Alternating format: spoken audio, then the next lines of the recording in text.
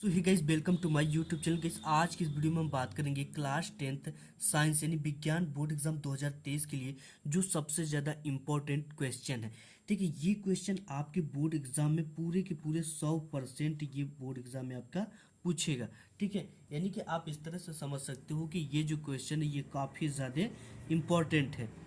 तो सबसे पहले आप इंपॉर्टेंट क्वेश्चनों के बहुविकल्पी प्रश्न देखेंगे। ठीक है, इस वीडियो में आपको बहुविकल्पी और कुछ क्वेश्चन लघु उत्तरी और दीर्घ उत्तरी भी देखने को मिलेंगे। तो जो सबसे पहला क्वेश्चन है वो है Fe2O3 plus 2Al arrow Al2O3 plus 2Fe। ठीक है, ये एक क्या है, अभिक्रिया है। तो क्वेश्चन है कि ऊपर दी गई अभिक्रिया किस प्रकार की है। ये आपके बोर्ड एग्जाम में ऐसा क्वेश्चन आता है। 101% ये क्वेश्चन आपके बोर्ड एग्जाम में आएगा। ठीक है, देखा है संयोजन अभिक्रिया, द्विविस्थापन अभिक्रिया, वियोजन अभिक्रिया, विस्थापन अभिक्रिया। तो देखो यहाँ पे समझने वाली ये बात है कि जो एल्युमिनियम है ये Fe को क्या कर दे रहा है, विस्थापित कर दे रहा है। क्यों विस्थापित कर देता है? क्योंकि जो एल्युमिनिया होता है ये अधिक क्रियाशील होता है और कम क्रियाशील Fe यानी आयरन को क्या कर दे रहा है, विस्थापित कर दे रहा है। यानी इससे अलग कर कर यहाँ पे Al2 स्वयं आकर विराजमान हो जा रहा है। ठीक है, और इस Fe को क्या पे भेज दिया, अलग कर दिया। यानी कि आप ये समझ सकते हो कि अधिक क्रियाशील एल्युमिनियम Fe को विस्थापित कर दिया। तो इस प्रकार की अभिक्रिया को हम कौन सी अभिक्रिया कहेंगे, विस्थापन अभिक्रिया। ठीक है, यानी ऑप्शन नंबर आपका चौथा जो है करेक्ट आंसर है। इसके बाद नेक्स्ट क्वेश्चन है कि अम्लीय विलयन का पीएच मान होता है 7, 0, 7 से कम, 7 से अधिक। ठीक है, तो जो अम्लीय विलयन का पीएच मान होता है वो 7 से हमेशा क्या होता है, कम होता है। ठीक है, और क्षारीय विलयन का पीएच मान कितना होता है आपको कमेंट बॉक्स में कमेंट कर कर बता देना है। इसके बाद नेक्स्ट क्वेश्चन है कि आधुनिक आवर्त, ठीक है, आधुनिक आवर्त वर्गीकरण का आधार है। तो देखो यहाँ पे परमाणु भार, परमाणु क्रमांक, संयोजकता, रासायनिक क्रियाशीलता।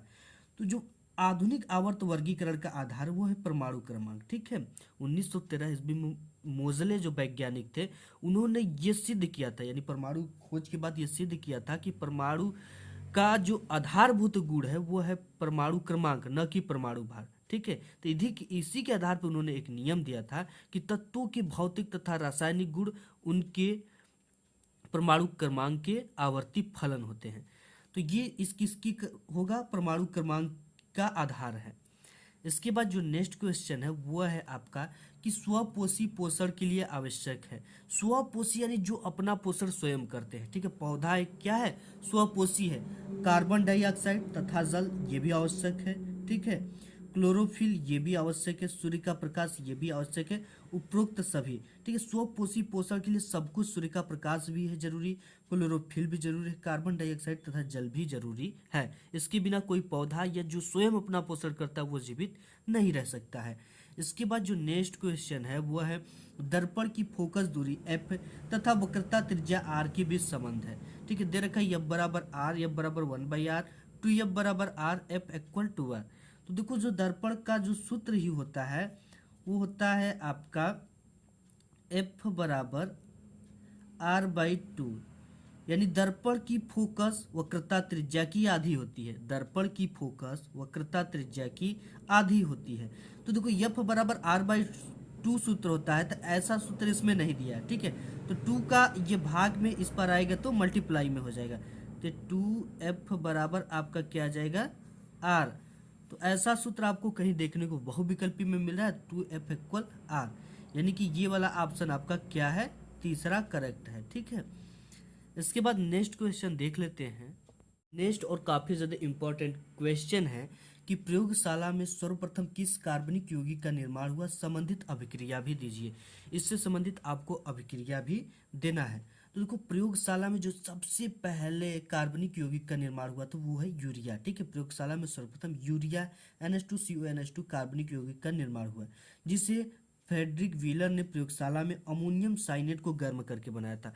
अब देखो अमोनियम साइनेट जो होता है उसका सूत्र क्या होता है। ठीक है, तो अमोनियम साइनेट का सूत्र होता है आपका NH4CnO। ठीक है, ये किसका सूत्र हो गया, अमोनियम साइनेट, ठीक है, इन्होंने कहा कि प्रयोगशाला में अमोनियम साइनेट को गर्म करके बनाया था। तो हमने NH4CnO लिया, इसे क्या कर देंगे, गर्म करेंगे, यानी इसको एक तरह से उष्मा हम देंगे, या गर्म भी आप लिख सकते हो। इसका सिंबल इस तरह से होता है गर्म करने का, ठीक है। तो इसे हम गर्म करते हैं, चलिए आइए गर्म करते हैं। तो ये टूटेगा किसमें, NH2CO NH2, ठीक है। तो देखो ये जो चीज़ है NH2, देखो यहाँ पे NH4CnO है, ठीक है। तो NH2 इसके साथ हो गया NH2, यहाँ पे दो ठो फिर हाइड्रोजन बचा है, ठीक है। तो यहाँ पे हो जाएगा फिर N यहाँ पे बचा है, तो NH2 यहाँ पर भी हो जाएगा, और CO है बचा है।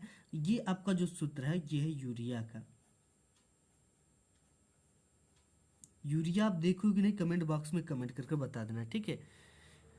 तो ये हो गया आपका, प्रयोगशाला में सर्वप्रथम यूरिया कार्बनिक यौगिक का निर्माण हुआ था, जिसे फ्रेडरिक व्हीलर ने प्रयोगशाला में अमोनियम साइनेट को गर्म करके बनाया था। हमने NH4CnO यानी अमोनियम साइनेट को हीट किया, हीट दिया, उष्मा दिया, NH2CO NH2, ये टूटकर अमोनिया बनी है।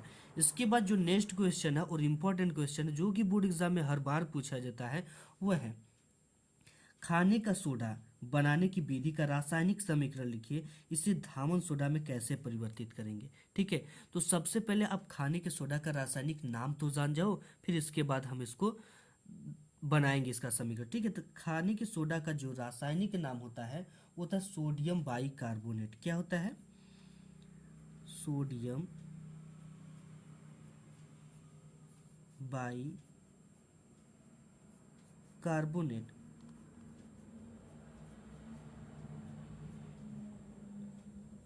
ये तो इसका रासायनिक नाम होगा। अब इसे बनाएंगे कैसे, ठीक है। देखो बनाने की विधि आप समझ जाओ कि प्रयोगशाला में इसे सोडियम कार्बोनेट की, ठीक है, समझना है, प्रयोगशाला में इसे सोडियम कार्बोनेट, इसका सूत्र आप जानते हो क्या होता है, कि ठंडे जलीय विलयन।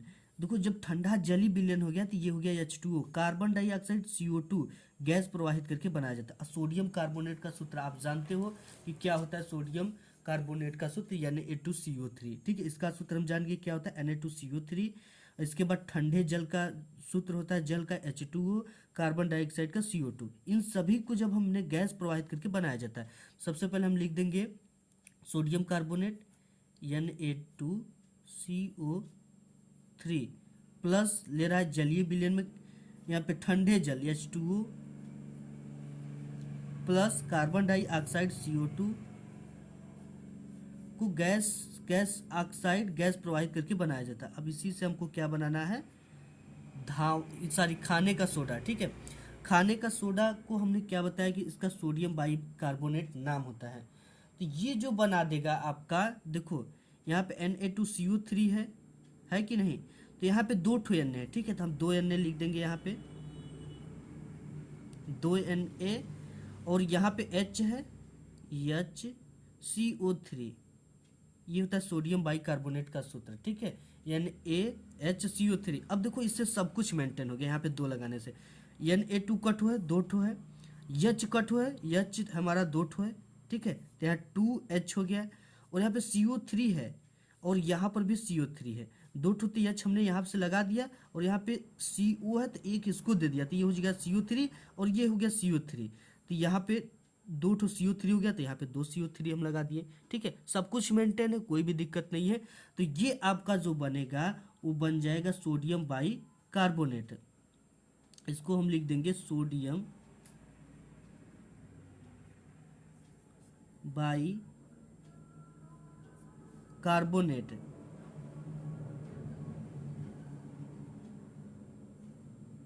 और ये क्या है, ये आपका है, ये जल है, और ये सोडियम कार्बोनेट है, ठीक है। ये सोडियम कार्बोनेट है, ये जल है, और ये कार्बन डाइऑक्साइड है।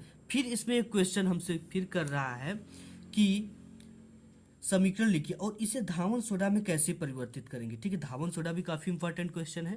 तो इसी यानी कि सोडियम बाइकार्बोनेट को हमें धावन सोडा में बदलना है। तो ये हो गया आपका 2NaHCO3 को हमें किस में बदलना है, धावन सोडा में बदलना है।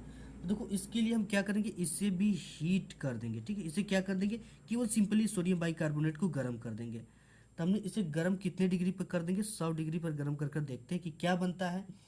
तो ये जो बन जाएगा Na H2CO3 plus H2O plus CO2, यानी कि जो चीज़ें यहाँ पर बनी थी वही चीज़ें बन जाएंगी। ठीक है, क्योंकि ये देखो कि इसको जब गर्म करते हैं ना, इसे धावन सोडा हम कैसे परिवर्तित करेंगे, ये सोडियम कार्बोनेट जो होता है यही धावन सोडा का सूत्र होता है। ठीक है, तो ये आपका बन गया सोडियम कार्बोनेट यानी धावन सोडा।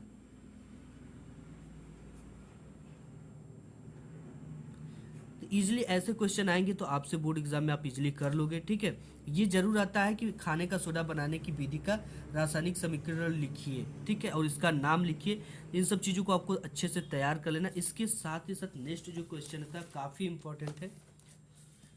नेक्स्ट क्वेश्चन है कि खनिज व अयस्क में अंतर स्पष्ट कीजिए। ठीक है, अयस्क आप जानते हो और खनिज भी जानते हो। खनिज तो जानते हो भले अयस्क न जानते हो। ठीक है, दोनों में अंतर स्पष्ट करना है हमें। तो देखो सभी अयस्क खनिज होते हैं, यानी जो भी अयस्क होते हैं उन्हें खनिज ही कहा जाता है।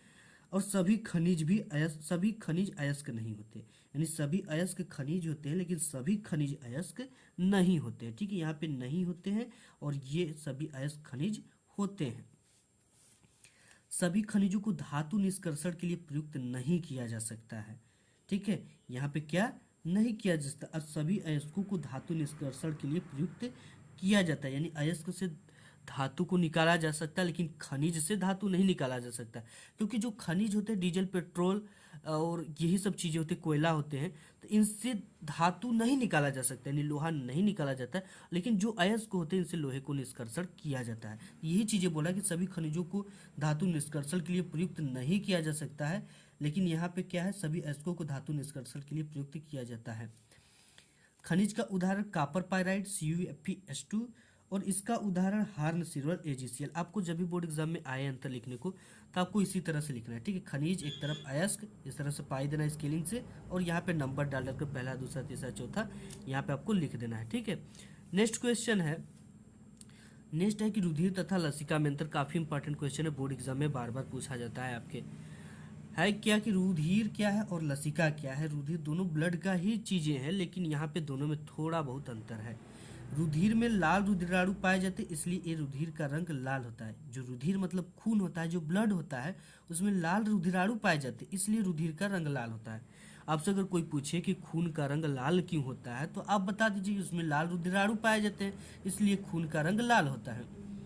लसिका में लाल रुधिराणु नहीं पाए जाते, इसलिए लसिका का रंग श्वेत होता है। इसका रंग लाल होता है, इसका रंग श्वेत होता है लसिका का। इसमें विलेय प्लाज्मा प्रोटीन अधिक होती है, इसमें अविलेय प्लाज्मा यानी विलेय हो जाए और ये अविलेय प्लाज्मा प्रोटीन अधिक होती है। अविलेय, इसमें विलेय प्लाज्मा प्रोटीन अधिक होती है, इसमें अविलेय प्लाज्मा प्रोटीन अधिक होती है। इसमें क्या होता है, रुधिर में कि WBC की संख्या कम होती है और लसिका में WBC की संख्या अधिक होती है। इसमें कम है तो लसिका में अधिक है। ऑक्सीजन तथा पोषक पदार्थ अधिक मात्रा में पाया जाता है, उत्सर्जी पदार्थों की मात्रा अपेक्षाकृत अधिक होती है। उत्सर्जी पदार्थ, इसमें ऑक्सीजन तो वो पोषक, इसमें उत्सर्जी यानी बेकार की चीज़ों को जो होता है उत्सर्जी पदार्थों की मात्रा अपेक्षाकृत अधिक होती है। नेक्स्ट क्वेश्चन देख लेते हैं। नेक्स्ट और काफ़ी इंपॉर्टेंट क्वेश्चन है कि 15 सेमी फोकस दूरी के किसी उत्तल दर्पण से कोई बिंब 10 सेमी दूरी पर रखा है, प्रतिबिंब की स्थिति ज्ञात कीजिए। किसकी स्थिति हमसे पूछ रखा है, प्रतिबिंब की स्थिति ज्ञात करने के लिए। ठीक है, तो इसके लिए सबसे पहले हम देखेंगे कि जो हमारा न्यूमेरिकल है इसमें क्या क्या दे रखा है। 15 सेमी फोकस दूरी दे रखा है। कौन सी दूरी, फोकस दूरी। तो फोकस दूरी किससे दिखाते हैं, F से। F बराबर 15 सेमी। ठीक है, उत्तल दर्पण की कोई बिंब यानी बिंब मतलब वस्तु की दूरी, U की दूरी दे रखा -10 सेमी। देखो वस्तु की दूरी जो होता है वो हर समय माइनस में रखते हैं, क्योंकि ये हर समय दर्पण के सामने ही रखा जाता है, इसलिए दर्पण की ओर नापी गई दूरी ऑलवेज माइनस में होती है। ठीक है, इसे ये चीज़ें हमने देख लिया। यहाँ पे U बराबर -10 सेमी है और पूछ क्या रखा है, V बराबर क्वेश्चन मार्क, यानी प्रतिबिंब की दूरी हमसे पूछ रखा है। ठीक है, तो अब हमें इजीली हम फार्मूला जानते हैं दर्पण का कि 1/F बराबर होता है 1/V प्लस 1/U। ठीक है, 1/V प्लस 1/U। अब जिसकी जिसकी वैल्यू दे रखा है सिंपली हम उसे पुट कर देंगे। 1/F की वैल्यू कितना है, 15 सेमी, बराबर 1/V भी की वैल्यू हमें ज्ञात करना है, तो इसे लिख देंगे इसी तरह से, प्लस 1/के यू की दूरी, यू -10 सेमी वस्तु की दूरी। यहाँ पे इजली मैंने हर एक चीज़ पुट कर दिया। इसके बाद सॉल्व कर देंगे इसे, 1/15 बराबर 1/के भी, और ये प्लस और माइनस मिलकर हो जाएगा -1/10। ठीक है, अब ये 1/10 इस पार माइनस में है तो बराबर के इधर आ जाएगा, तो पक्षांतर के रूल के हिसाब से ये प्लस में हो जाएगा। तो 1/15 और इसको हम इस पार लाएंगे तो प्लस 1/10 बराबर 1/के भी। ठीक है, तो 1/के भी बराबर आपका हो जाएगा 1/15 प्लस 1/10। ठीक है, अब देखो 15 है, 10 है, तो हम इसका 30 LHS ले सकते हैं। 1/के भी बराबर, या तो आप इसका इधर मल्टीप्लाई कर सकते हो, 10 इधर मल्टीप्लाई करोगे तो +15, और इन दोनों का कर दोगे तो 15 10 में 150, ये हो गया। ठीक है, अब इन दोनों को ऐड कर देना है सिंपली, ये हो जाएगा आपका 25। ठीक है, और ये हो जाएगा 150। अब यहाँ पे हो जाएगा आपका 1/के भी बराबर 25/150। ठीक है, ये हो जाएगा आपका 25 से कम 25, और यहाँ पे हो जाएगा आपका 25 छक्के 150। ठीक है, 25 छक्के 150, तो 1/के भी बराबर आपका आ गया 1/6। ठीक है, भी का मल्टीप्लाई इधर कर देंगे हो जाएगा भी, और 1 का मल्टीप्लाई इधर कर देंगे तो हो जाएगा 6, तो भी बराबर आपका आ जाएगा केवल 6। ठीक है, यही आपका क्या हो गया फाइनल आंसर। नेक्स्ट क्वेश्चन है कि ओम का नियम लिखिए। काफ़ी इंपॉर्टेंट है और बोर्ड एग्जाम में बार बार पूछा जाता है, इजीली तरीके से आप इसे समझो। ओम का नियम लिखिए।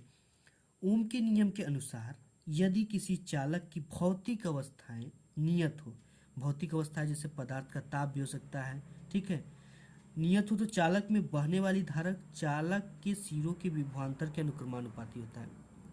इसके कहने का मतलब कि R बराबर V/I। ठीक है, यानी कि ओम के नियम के अनुसार यदि किसी चालक की भौतिक अवस्थाएं नियत रहे, तो चालक में बहने वाली, कोई चालक तार में ही धारा बहेगी, तो ये धारा I बहने वाली, चालक में बहने वाली धारा चालक के सिरों के विभवांतर के अनुक्रमानुपाती होता है। ये हो गया अनुक्रमानुपाती का सूत्र।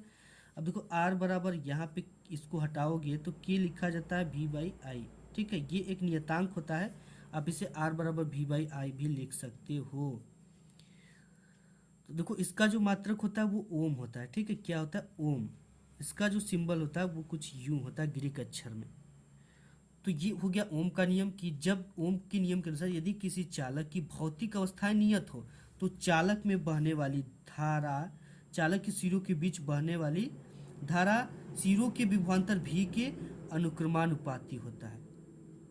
यानी जब किसी चालक की भौतिक अवस्थाएं नियत हो, तो चालक में बहने वाली धारा I, उनके सिरों के बीच लगने वाला विभवांतर भी के जो R होता है वो क्या होता है अनुक्रमानुपाती होता है। यही चीज़ें हैं, बस इसी से आप समझ सकते हो। ठीक है, चालक में बहने वाली धारा I तथा विभवांतर भी के R अनुक्रमानुपाती होता है, यही भी आप इसका नियम लिख सकते हो। नेक्स्ट क्वेश्चन देख लेते हैं।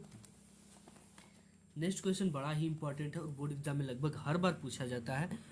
ये दे रखा कि वायु के सापेक्ष जल तथा कांच का अपूर्णांक 4/3 एवं 3/2 है। जल का कांच के सापेक्ष अपूर्णांक ज्ञात कीजिए। ठीक है, ऐसे आप अगर न्यूमेरिकल को पढ़ेंगे तो ऊपर से ही निकल जाएगा, इसे समझने की जरूरत है। ठीक है, के सापेक्ष, वायु के सापेक्ष जल का अपूर्णांक 4/3 है। फिर वायु के सापेक्ष कांच का अपूर्णांक 3/2 है। ठीक है, ये अथवा कर दे दिया है। तो वायु के सापेक्ष जल का अपूर्णांक 4/3 है। वायु का मतलब कि A, यहाँ पे लिख देंगे, सॉरी यहाँ पे लिखना पड़ेगा हमें, वायु के सापेक्ष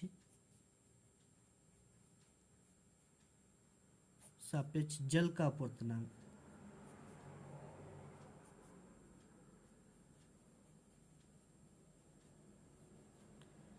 वायु के सापेक्ष जल का अपूर्णांक दे रखा है। वायु के सापेक्ष जल का अपूर्णांक 4/3, और यहाँ पे फिर है जल, और यहाँ वायु के सापेक्ष जल का तथा वायु के सापेक्ष कांच का अपूर्णांक दे रखा है 3/2।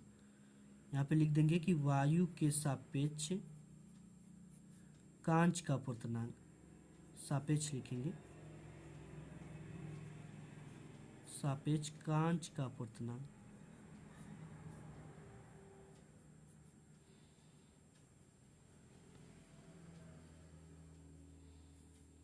तो ये हो जाएगा आपका वायु के सापेक्ष है यानी एयर, AN ठीक है।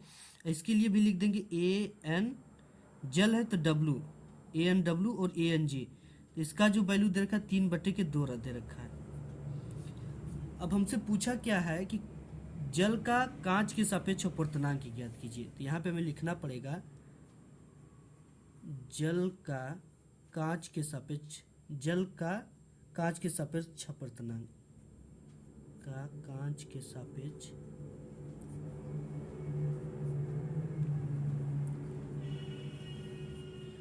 अपूर्णांक।